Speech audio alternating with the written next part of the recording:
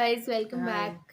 आज की हमारी वीडियो का टाइटल है operation Fiji, how RNDW's 3 avengers saved the Indians in Fiji, espionage story, episode 48 by liberal Hindu. Guys, इस वीडियो की भी काफ़ी दिनों से डिमांड आई थी। We are extremely sorry, but अभी फाइनली वीडियो हो रही है, तो वीडियो स्टार्ट करते हैं। नमस्कार, जय मां भारती। दोस्तों, अगर आपको ये कंटेंट पसंद आ रहा है तो वीडियोस को लाइक कीजिए, शेयर कीजिए और चैनल को सब्सक्राइब जरूर कीजिएगा। सब्सक्राइब करने के बाद बेल आइकन भी जरूर दबाइएगा, जिससे कि आपको भविष्य में आने वाले एपिसोड्स का नोटिफिकेशन मिल सके।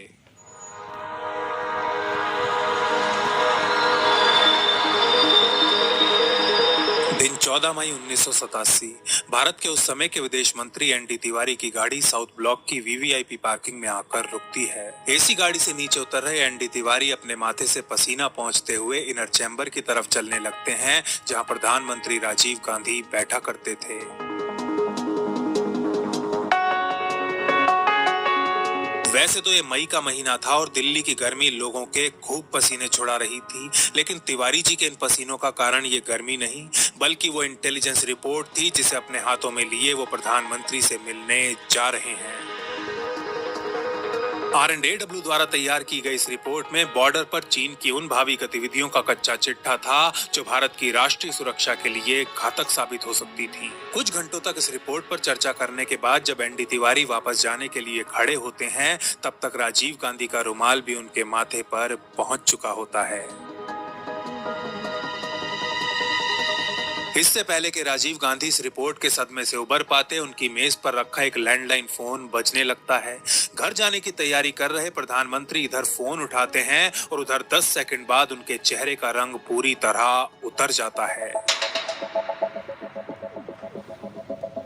लगभग 5 मिनट चली इस कॉल के बाद राजीव गांधी अभी फोन नीचे रखते ही हैं कि उनके ऑफिस में एक बार फिर एनडी तिवारी की एंट्री होती है और इस बार दौड़कर वापस आए तिवारी जी हांफते हुए बस इतना ही कह पाते हैं, सर फीजी, वो फीजी।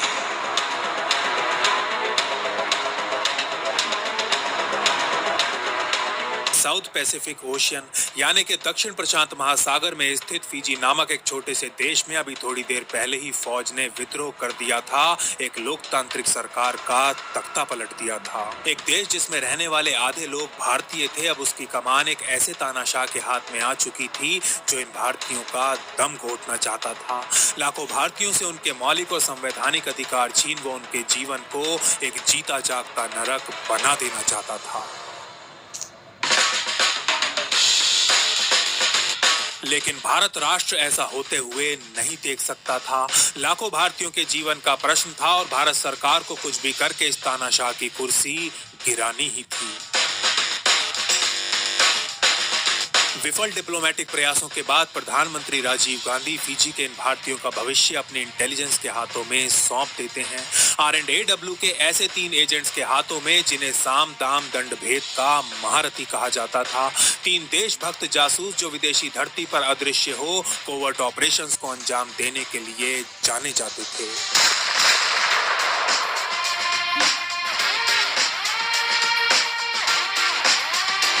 फिजी के इस तानाशाह को सबक सिखाने और लाखों भारतीयों की जान बचाने वाले इस मिशन को नाम दिया गया था ऑपरेशन फिजी और इसको अंजाम देने वाले रॉकेट एजेंट्स को द 3 अवेंजर्स।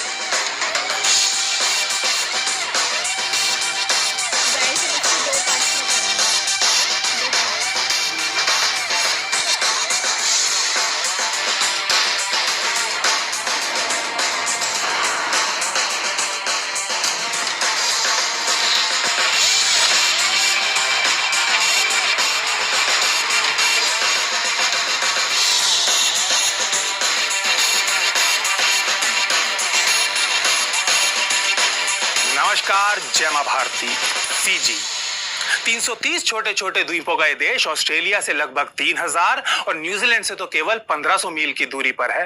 1970 में अंग्रेजों से मुक्त हुए इस देश को मिनी इंडिया भी कहा जाता है और वो इसलिए क्योंकि यहाँ की लगभग आधी आबादी भारतीय मूल की है और शायद यही वो कारण था कि फिजी को आजादी दिलाने में भारत ने एक बहुत ही महत्वपूर्ण भूमिका निभाई थी। अब 1970 में अंग्रेजों ने फिजी को मुक्ति तो दे दी थी, लेकिन जाते जाते उन्होंने वहां पर भी बिल्कुल वैसे ही बीज बो दिए थे जिन बीजों ने कभी भारत का विभाजन करवाया था। चोर चोरी से जा सकता है, लेकिन हेरा फेरी से नहीं। अपनी आदत से मजबूर अंग्रेजों ने फिजी छोड़ने से पहले वहां पर एक ऐसी राजनीतिक पार्टी को सत्ता आसीन कर दिया था जो भारतीय मूल के लोगों को बिल्कुल भी पसंद नहीं करती थी। इस पार्टी को अंग्रेजों ने ही खड़ा किया था और इसके मैनिफेस्टो का हर एक अक्षर चीख चीख कर भारतीय मूल के लोगों का विरोध कर रहा था।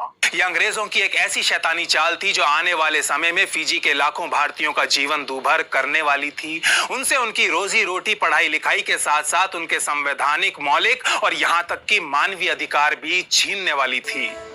अब 7 समंदर पार ही सही, लेकिन लाखों भारतीयों के ऊपर अत्याचार होता रहे और इधर भारत राष्ट्र चुपचाप बैठा रहे, अपने हाथों पर हाथ धरे तमाशा देखता रहे। ऐसा आखिर कैसे हो सकता था? भारत के रिसर्च एंड एनालिसिस विंग में कुछ लोग ऐसे थे जो अपने इन भारतीय भाइयों बहनों की सहायता करने के लिए कुछ भी करने को तैयार थे। दुनिया की सारी हदें, सारी सीमाएं लांघने को तैयार थे।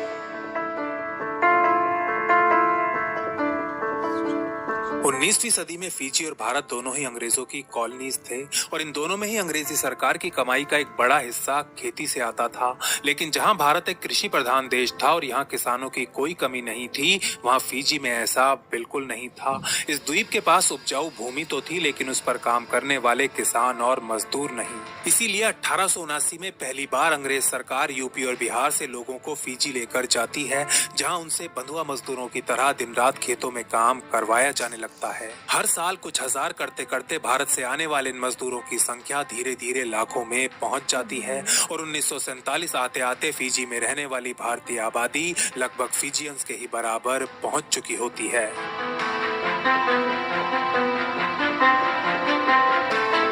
1959 में अंग्रेज सरकार द्वारा फिजी का सबसे पहला सेंसस करवाया जाता है।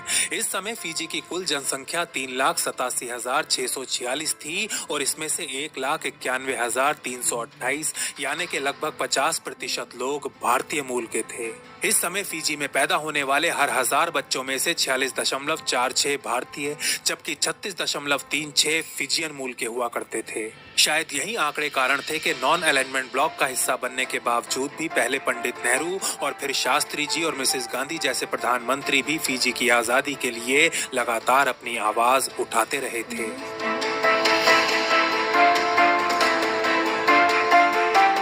इससे पहले कि फिजी की राजधानी सुवा से आखिरी ब्रिटिश जहाज लंदन के लिए निकल पाता, अंग्रेज फिजी में एक प्रो वेस्टर्न सरकार की स्थापना कर देते हैं।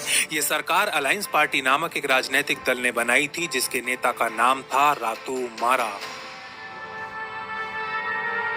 भारतीयों से घृणा करने वाला एक फिजियन नेता, जिसे लगभग 2.25 लाख फिजियंस का समर्थन प्राप्त था। वहीं ऑपोजिशन में बैठे दल का नाम था फेडरेशन पार्टी, एक दल जिसे फिजी के लगभग 2.25 लाख भारतीय अपना एकजुट समर्थन दे रहे थे। जहां फेडरेशन पार्टी की स्थापना 1964 में एडी पटेल द्वारा की गई थी, वहीं अलायंस पार्टी को 1966 में रातू मारा ने अंग्रेजों की सहायता से खड़ा किया था।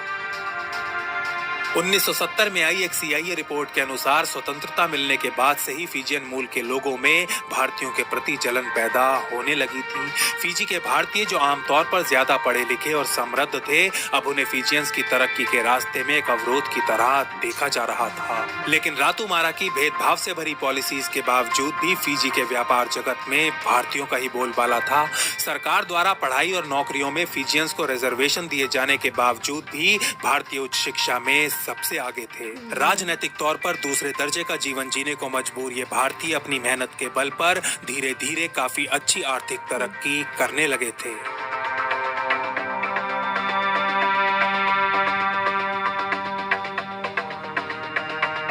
फिजियन मूल के लोगों से मिल रहे समर्थन के बल पर रातू मारा पूरे 16 साल तक फिजी के ऊपर राज करता है। लेकिन इस समय के दौरान फिजी में और भी कई राजनीतिक पार्टियां जन्म लेती हैं और धीरे धीरे अपने पैरों पर खड़ा होना भी सीख जाती हैं। ऐसी एक पार्टी का नाम था फिजी लेबर पार्टी, जिसकी स्थापना 1985 में टिमोकी बवात्रा नामक एक फिजियन मूल के नेता ने की थी।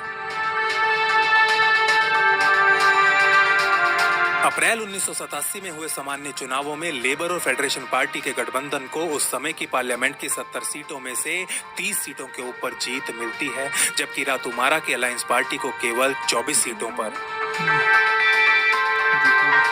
इस तरह मारा के 16 साल पुराने वर्चस्व को खत्म करते हुए लेबर और फेडरेशन पार्टी का गठबंधन अपनी सरकार बना लेता है और टिमोकी बवाद्रा फिजी के दूसरे प्रधानमंत्री बन जाते हैं। बवाद्रा की सरकार इंडो फिजियंस के समर्थन से बनी थी, इसीलिए उनकी कैबिनेट में 8 मंत्री भारतीय मूल के होते हैं और बाकी पदों पर भी भारतीयों को एक अच्छी संख्या में नियुक्त किया जाता है। 16 साल में पहली बार जहां फिजी के भारतीय बहुत ज्यादा खुश थे, वहीं कोई तो ऐसा था जिससे ये खुशी जरा सी भी बर्दाश्त नहीं हो रही थी। बवाद्रा को प्रधानमंत्री बने ठीक से अभी 1 महीना भी नहीं हुआ था कि 14 मई 1987 की सुबह 20 फौजी फिजी की पार्लियामेंट के अंदर घुसते हैं और प्रधानमंत्री बवाद्रा समेत उनकी पूरी कैबिनेट को बंदी बना लेते हैं। इस सैन्य विद्रोह का नेतृत्व करने वाले व्यक्ति का नाम था कर्नल सितिवेनी रबुका, फिजियन मूल का एक ऐसा मिलिट्री ऑफिसर जो किसी भी कीमत पर भारतीयों को फिजी से बाहर निकालना चाहता था।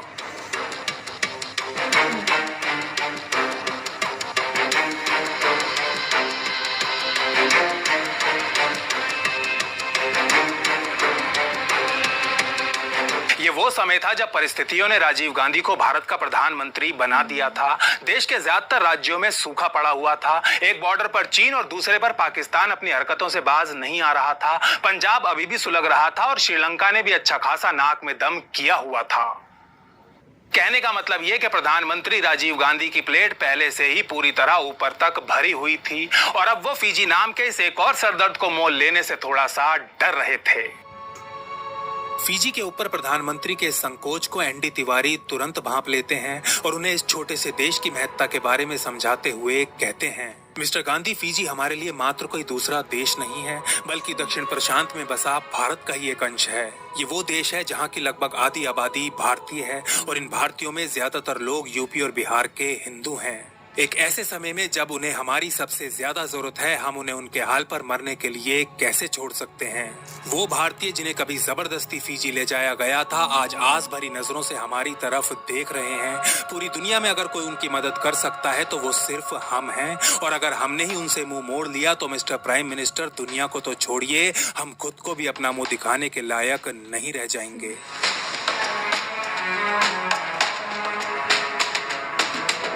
एनडी तिवारी के इन भावुक शब्दों को सुनने के बाद प्रधानमंत्री गांधी बिल्कुल चुपचाप बैठ जाते हैं। थोड़ी देर तक कुछ सोचते हैं और फिर वहीं मौजूद रॉ चीफ ए.के. वर्मा की तरफ देखते हुए कहते हैं, मिस्टर वर्मा, मुझे 24 घंटों के अंदर अंदर फिजी के ऊपर एक डिटेल्ड रिपोर्ट चाहिए।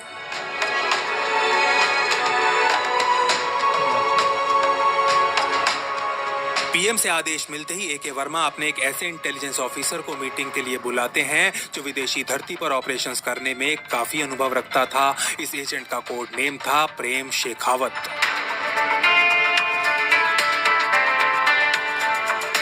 अगले कुछ घंटों तक ये दोनों ऑफिसर्स फिजी के ऊपर CIA, MI6 और खुद RNAW द्वारा लिखी गई सैकड़ों क्लासिफाइड रिपोर्ट्स के पन्ने खंगालने में लग जाते हैं।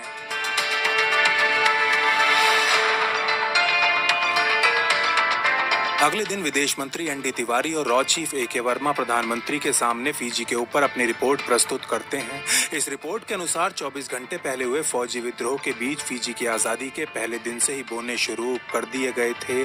बीज जिन्हें बोने का काम अंग्रेजों के चाटुकार और फिजी के पहले प्रधानमंत्री रातू मारा ने किया था। हिंदुओं और उनके मंदिरों से नफरत करने वाले रातू मारा ने पहले दिन से ही फिजी की सेना में ऐसे अफसरों को भर्ती कर ऊपर चढ़ाया था जो भारतीयों के प्रति उसके जैसी ही सोच रखते थे। और आज 1987 में फिजी का तख्ता पलटने वाला सितिवेनी रबुका भी ऐसा ही एक फौजी अफसर था।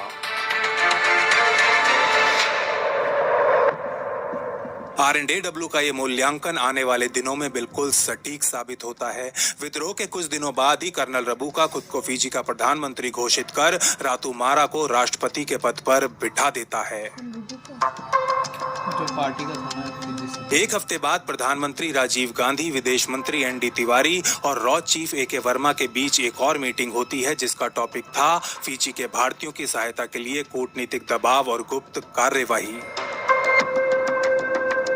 आरएनडेडब्ल्यू को आखिरी आदेश देने से पहले राजीव गांधी एक बार डिप्लोमेटिक प्रयास भी करके देखना चाहते थे।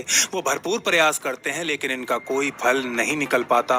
ऑस्ट्रेलिया और न्यूजीलैंड जैसे देश फिजी में हुए सैन्य विद्रोह का खुलकर विरोध तो कर रहे थे लेकिन उसके आंतरिक मामलों में हस्तक्षेप करने को बिल्कुल भी तैयार नहीं थे।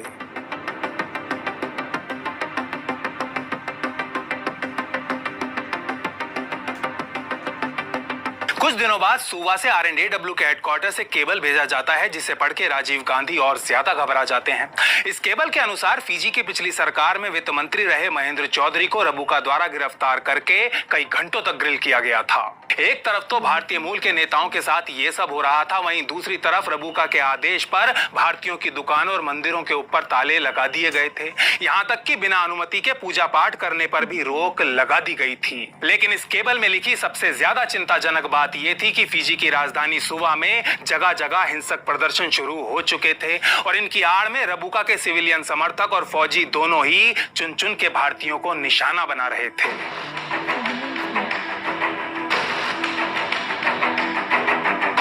फिजी में हुए सैन्य विद्रोह के कुछ हफ्तों बाद एक तरफ तो राजीव गांधी बहुत ही सख्त शब्दों का प्रयोग करते हुए पूरी दुनिया के लिए बयान जारी करते हैं और वहीं दूसरी तरफ आरएनडेडब्ल्यू को कोवर्ट मिशन करने की अनुमति भी दे देते हैं। एक कोवर्ट मिशन जिसको नाम दिया जाता है ऑपरेशन फिजी।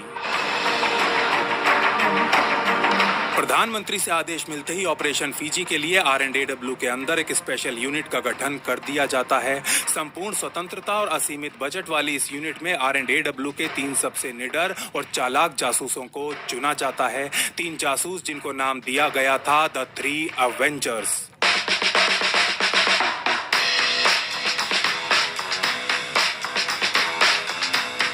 मार्च 1988 की दोपहर एक 35 वर्षीय भारतीय व्यापारी लंदन के एक अत्यंत महंगे रेस्टोरेंट के वीआईपी डाइनिंग रूम में प्रवेश करता है और सबसे आगे वाली टेबल पर जाकर बैठ जाता है।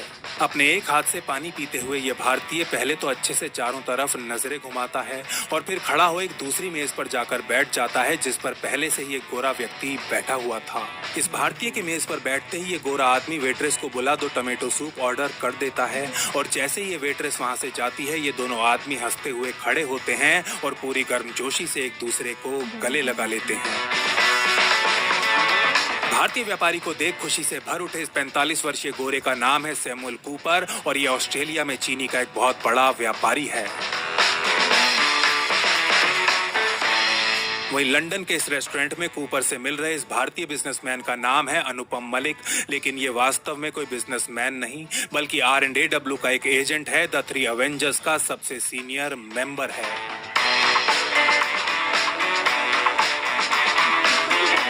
बोलो मलिक, क्या अर्जेंट बात करनी है? अब ये मत कहना कि तुमने मुझे सिडनी से यहाँ बस लंच के लिए बुलाया है। ऊपर की ये बात सुन अपनी चम्मच को नीचे रखते हुए एजेंट मलिक सीधा पॉइंट पर आ जाते हैं। फिजी में तुम्हारे कॉन्टैक्ट्स को एक्टिवेट करना है, कितना खर्चा आएगा? फिजी का नाम सुन थोड़ा सा चौंक चुका कूपर अभी कुछ बोल पाता कि एजेंट मलिक आगे कहते हैं, मुझे सिडनी में एक सेफ हाउस भी चाहिए और फिजी में तुम्हारे एसेट से हर संभव मदद भी। मुझे बताने की जरूरत नहीं है कि वहाँ भारतीयों के साथ क्या कुछ हो रहा है।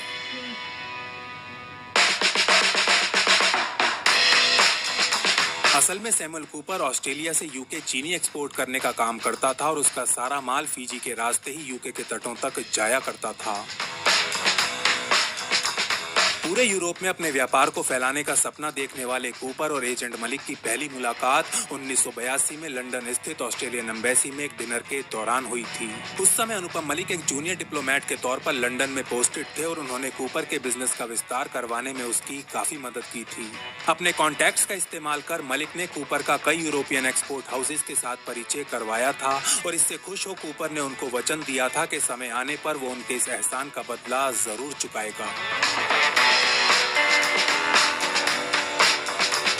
आज 5 साल बाद बदला चुकाने का समय आ चुका था और एजेंट मलिक कूपर को उसका वो वचन याद दिलाने में जरा सी भी देर नहीं लगाते। तुम्हारा काम हो जाएगा, मुझे बस कुछ हफ्तों का समय दे दो। वैसे तुम सिडनी कब आ रहे हो? कूपर की ये बात खत्म होते ही एजेंट मलिक उत्तर देते हैं, अगले हफ्ते आ रहा हूँ और हाँ, मुझे वेलिंगटन में भी एक कॉन्टैक्ट चाहिए होगा, कोई ऐसा आदमी जो सेफ हाउस, गाड़ियां और फेक आईडी उपलब्ध कराने में एक्सपर्ट हो। इसी दिन शाम को एजेंट मलिक 3 अवेंजर्स के दूसरे सदस्य संजीव सहगल को फोन करते हैं जो उस समय दिल्ली में थे। मलिक सहगल को न्यूजीलैंड की राजधानी वेलिंगटन जाने की तैयारी शुरू करने का आदेश देते हुए बताते हैं कि बाकी की डिटेल्स उन तक अगले कुछ दिनों में एक डिप्लोमेटिक पार्सल द्वारा पहुंचा दी जाएंगी। इसी दौरान एवेंजर्स के तीसरे मेंबर कैलाश सिंह भी अपने प्लान के ऊपर काम करना शुरू कर चुके थे। उन्होंने दक्षिणी ऑस्ट्रेलिया के एडिलेड शहर में एक सेफ हाउस का इंतजाम कर लिया था और अपनी कवर आइडेंटिटी के अनुसार नकली पेपर्स भी बनवा लिए थे।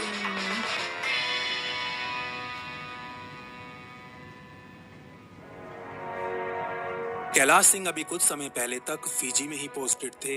रबुका प्रशासन द्वारा भारतीयों के ऊपर किए जाने वाले अत्याचार और हिंदू मां बहनों के साथ होने वाले दुष्कर्म को उन्होंने खुद अपनी आंखों से देखा था। सुबह से दिल्ली वापस आने के बाद एक भी रात ऐसी नहीं गुजरी थी जब वो चैन की नींद सो पाए हों। यही कारण था कि हरियाणा का ये जाट अब बहुत ज्यादा गुस्से में था और किसी भी कीमत पर रबुका से बदला लेना चाहता था।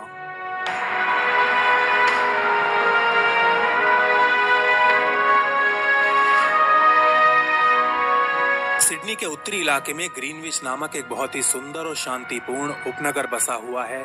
आज की शाम यहाँ बने एक पुराने अंग्रेजी बंगले के बाहर लंबी सी काले रंग की एक गाड़ी आकर रुकती है।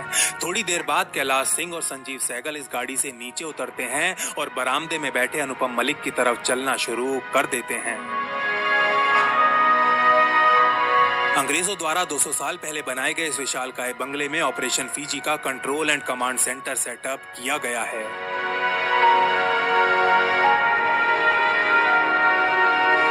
संजीव सहगल को साइऑप्स यानी कि साइकोलॉजिकल ऑपरेशंस का जिम्मा सौंपा गया था। कैलाश सिंह को रबुका के विरोधी खेमे के अंदर सेंध लगाने और उसके विरुद्ध प्रदर्शनों की संख्या में तेजी लाने का दायित्व दिया गया था। 3 एवेंजर्स के तीसरे और सबसे वरिष्ठ एजेंट अनुपम मलिक को इस पूरे ऑपरेशन का सुपरवाइजर बनाया गया था। उनका काम फीजी में ऑपोजिशन और भारतीयों को पैसे और हथियार उपलब्ध कराने के लिए एक अंडरग्राउंड नेटवर्क की स्थापना करना था। ये एक एक्सक्लूसिव ऑपरेशन था। इसका मतलब ये था कि 3 एवेंजर्स को ऑस्ट्रेलिया और न्यूजीलैंड में डिप्लॉयड दूसरे R&AW एजेंट्स के साथ संपर्क साधने या उनसे मदद लेने की बिल्कुल भी अनुमति नहीं थी। सिडनी में हुई तीनों एवेंजर्स की इस मीटिंग के तुरंत बाद ही एजेंट सहगल मीडिया में अपने कॉन्टैक्ट्स को एक्टिवेट करना शुरू कर देते हैं। इन कॉन्टैक्ट्स को यूके, ऑस्ट्रेलिया और न्यूजीलैंड में ऐसे मीडिया अभियान चलाने थे जो फिजी में लोकतंत्र की वापसी का 2 टूक शब्दों में समर्थन करते हों।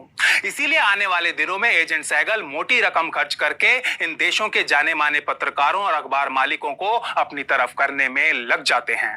R&AW अपनी इस रणनीति के द्वारा एक तीर से 2 नहीं बल्कि 3 शिकार करना चाहता था। एक तरफ तो रबुका के ऊपर इतना ज्यादा अंतरराष्ट्रीय दबाव बनता रहे कि वो खुलकर भारतीयों के ऊपर अत्याचार ना कर पाए। दूसरी तरफ फिजी में रोजाना उसके खिलाफ होने वाले विरोध प्रदर्शनों में तेजी आती रहे और तीसरी तरफ उसके फौजियों को मुंहतोड़ जवाब देने के लिए किसी तरह भारतीयों तक पैसे, हथियार और जरूरी ट्रेनिंग भी पहुंचती रहे।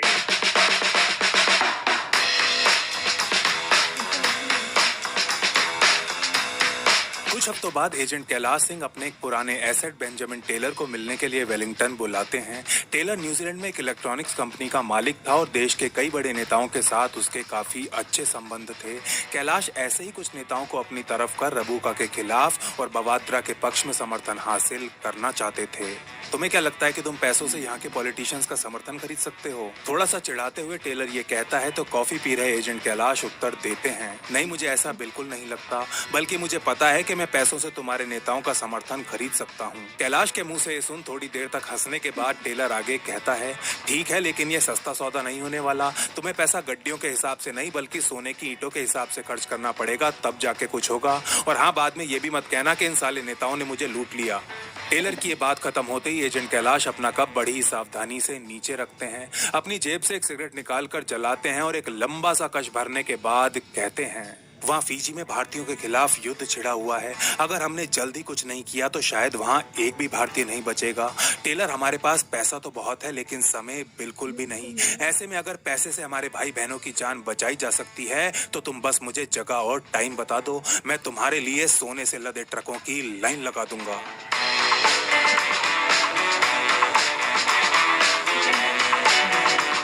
टेलर के चेहरे से वो मुस्कुराहट पूरी तरह गायब हो जाती है। वो समझ जाता है कि इस बार R&AW कुछ ज्यादा ही गंभीर है। ठीक है, तुम्हारा काम हो जाएगा, बस कुछ दिनों का टाइम दे दो। ये कहने के बाद बेंजामिन टेलर एजेंट कैलाश से आज्ञा लेता है और वहां से निकल जाता है।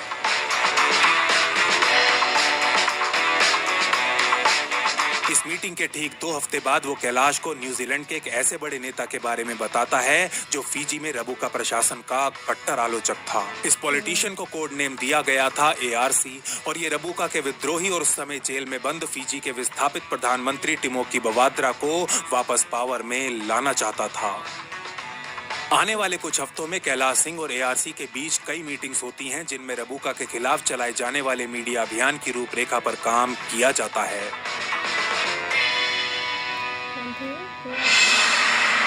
1988 भी खत्म होने को आ गया था। जल्द ही रिजल्ट देने के दबाव में काम कर रही R&AW के लिए जहां समय बिजली की रफ्तार से दौड़ रहा था, वहीं फिजी में रह रहे भारतीयों के लिए तो मानो बिल्कुल रुक सा गया था।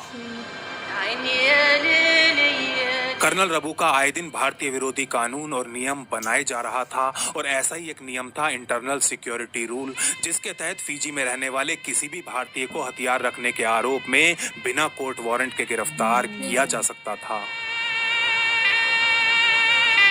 रबुका के इस नए नियम से प्रधानमंत्री और विदेश मंत्री दोनों ही काफी नाराज होते हैं और R&AW के ऊपर दबाव कई गुना और बढ़ जाता है। लेकिन ऊपर से आ रहे सारे दबाव के बावजूद AK वर्मा और उनके तीनों एवेंजर्स को अच्छे से पता था कि इंफॉर्मेशन वॉरफेयर और साइऑप्स में रिजल्ट रातों रात नहीं आते।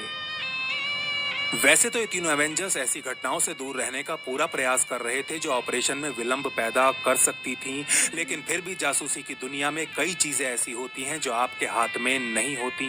एक मिशन के दौरान जहां कई अजनबी आपके अच्छे दोस्त बनते हैं, तो वहीं कुछ अच्छे दोस्त दुश्मन भी।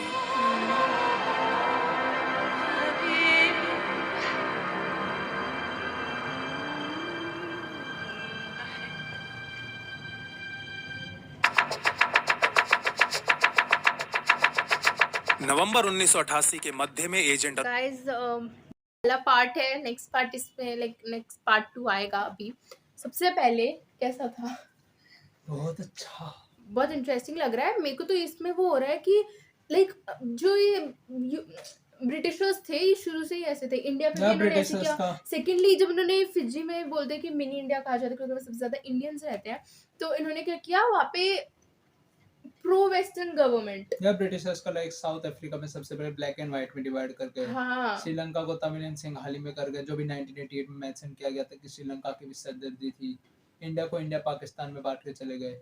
जब चाइना को बांटा था वहां से हांगकांग ले गए थे, उसका एक अलग ही मुद्दा खड़ा कर दिया था। आज भी जो मुद्दा है तभी तो आज ऐसे हैं कि सबसे इंडिया से तो कम ही है, सबसे चालाकी से बांटा था।